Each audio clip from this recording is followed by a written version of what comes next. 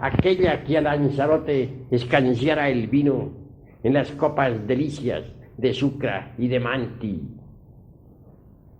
La humana sufre, llora, es masculina. A través de ella vibra el crestos cósmico, la poderosa mediación astral que enlaza nuestra personalidad física con la inmanencia suprema del Padre Solar. Llegar nosotros a encarnar las dos almas es posible, pero esto requiere rigurosas disciplinas esotéricas. Hay que haber creado antes los cuerpos astrales, mental y causal. Hay que haber trabajado profundamente en sí mismo y dentro de sí mismo, aquí y ahora, sobre el iniciado digno, que ha eliminado el ego, que ha trabajado de verdad profundamente sobre sí mismo, se hace digno de encarnar en sí mismo a las dos almas.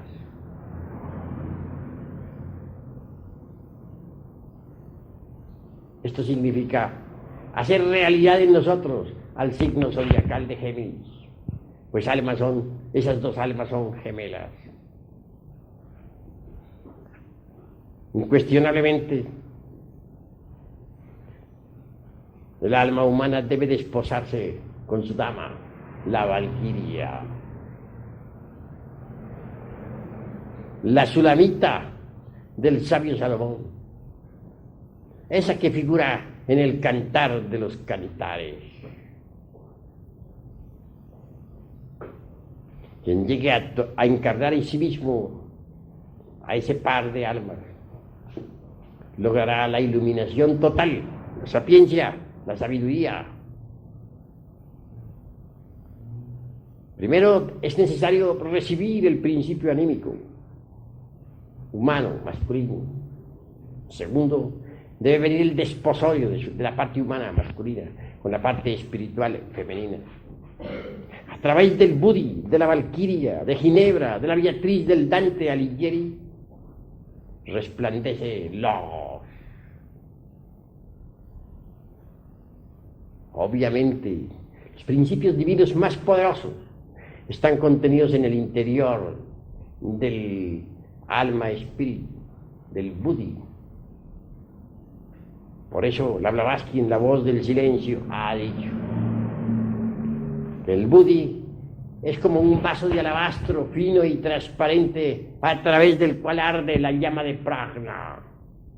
Cuando el alma humana, eso que tenemos de humano nosotros aquí adentro, se desposa con el alma espíritu,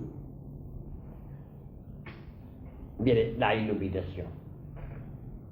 Se establece la luz interior en nosotros. Quedamos transfigurados, resplandecientes, iluminados. Pero para que ese contacto se establezca, hay que trabajar muy duro dentro de nosotros mismos, en forma intensiva,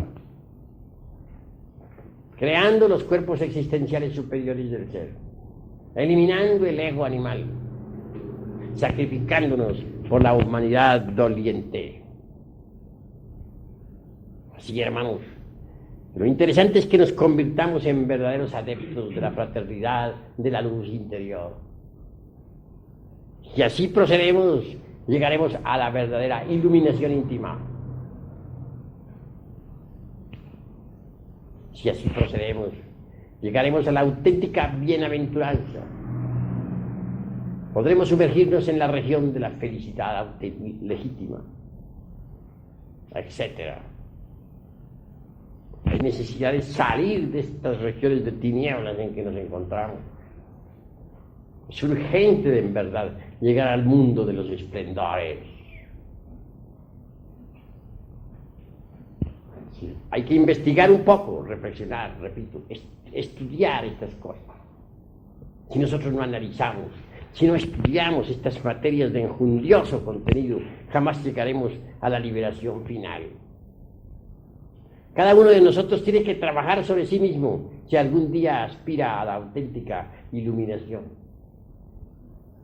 Pues para trabajar sobre sí mismo se necesita inevitablemente tener el conocimiento, las claves, las prácticas. Nosotros aquí les iremos dando a nuestros estudiantes los sistemas, los métodos para trabajar sobre sí mismos, a fin de que logren un cambio absoluto. Se necesita, ante todo, que haya continuidad de propósitos, porque muchos comienzan estos estudios y pocos llegan. Sucede que las gentes no tienen continuidad de propósitos. Hoy comienzan con mucho entusiasmo y más tarde en el tiempo se apartan del cuerpo de doctrina.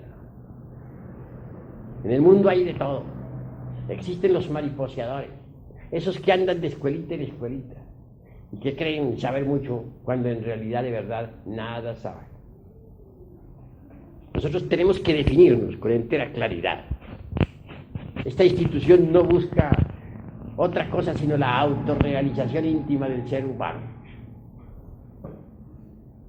En modo alguno nos interesa la cuestión esa de los mariposeadores. Andar de escuela en escuela para no llegar a ninguna conclusión. Nosotros lo único que nos interesa es trabajar sobre sí mismos para conseguir la transformación radical. Necesitamos hacernos adeptos de la fraternidad de la luz interior. Y esto es posible trabajando sobre sí mismos, aquí y ahora. Los tiempos son llegados en que el Hijo del Hombre tenga que enseñarle a la humanidad el camino. Desgraciadamente la gente oyendo no oye y viendo con sus ojos no ve. Se les indica la senda y no la entienden. Y si ligeramente llegasen a entenderla, no tienen continuidad de propósitos para llegar a la meta. Bien pronto se desvían. El movimiento gnóstico es como un tren en marcha. Unos pasajeros suben en una estación y se bajan en otra. Raros son los pasajeros que llegan a la estación final. Los afiliados a nuestra institución están invitados. Pueden llegar a la meta y se lo proponen.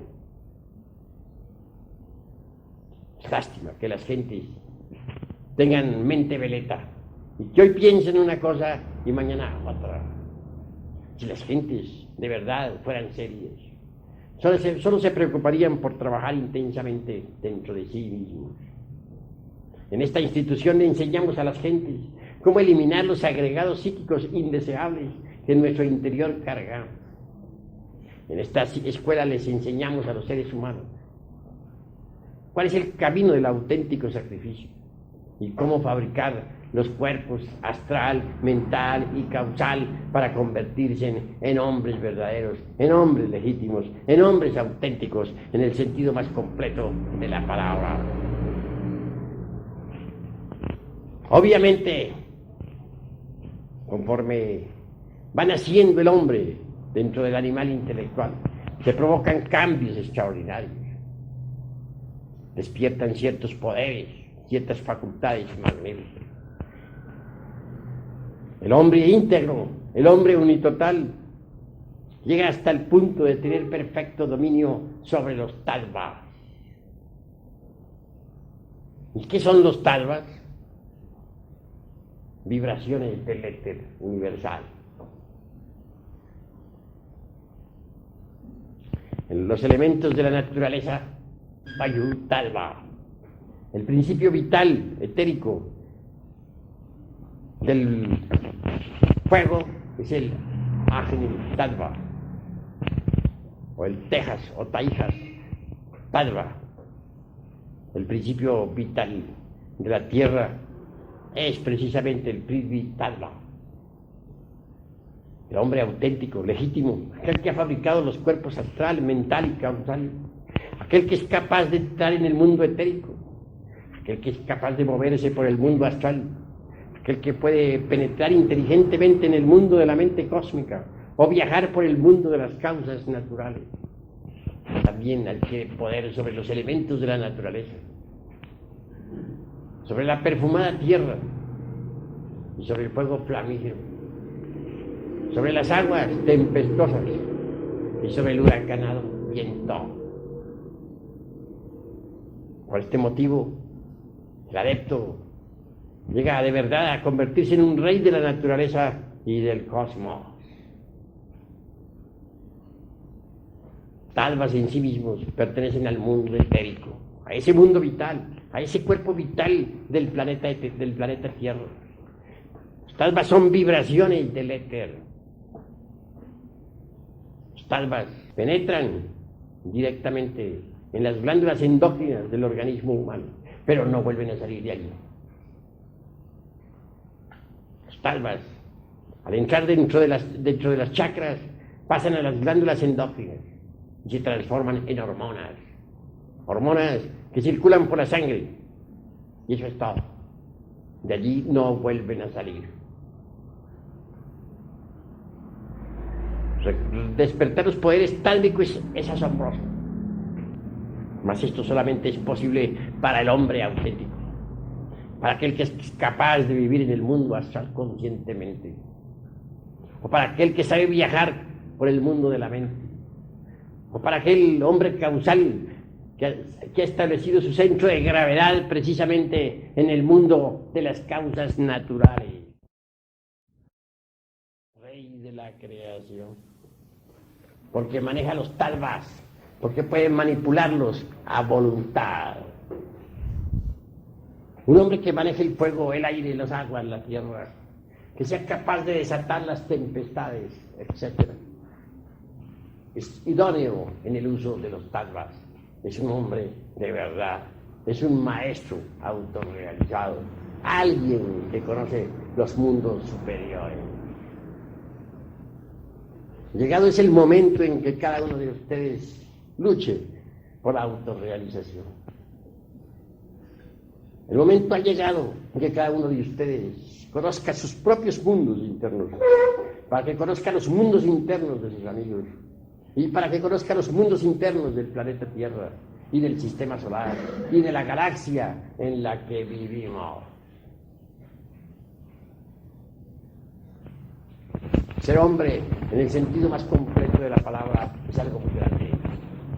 Pero hombre verdadero es únicamente el que ha fabricado los cuerpos existenciales superiores del ser, el que se ha establecido como ciudadano de los mundos superiores.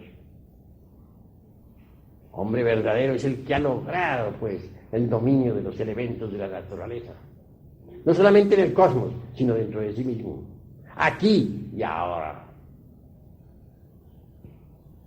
Si un hombre verdadero no aprendiera a dominar los principios inteligentes de su propio cuerpo físico, representados por esos gnomos atómicos o elementales del sistema óseo, tampoco podría dominar a los gnomos del planeta en que vivimos, a los gnomos que viven entre las rocas de la Tierra.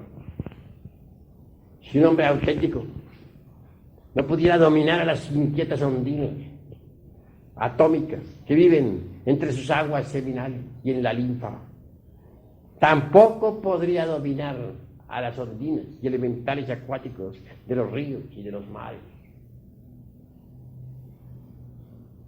Si un hombre verdadero no pudiera dominar el aire de sus pulmones, si no tuviera capacidad para controlar en verdad a los elementales de su propia mente, a esos que juegan con la sustancia de su entendimiento, a esos que bullen y palpitan entre sus inquietudes inteligentes, tampoco tendría poder para dominar a los hipos de la naturaleza, a esos que gobiernan las nubes, a esos que les hacen, que mueven el huracán y la tormenta.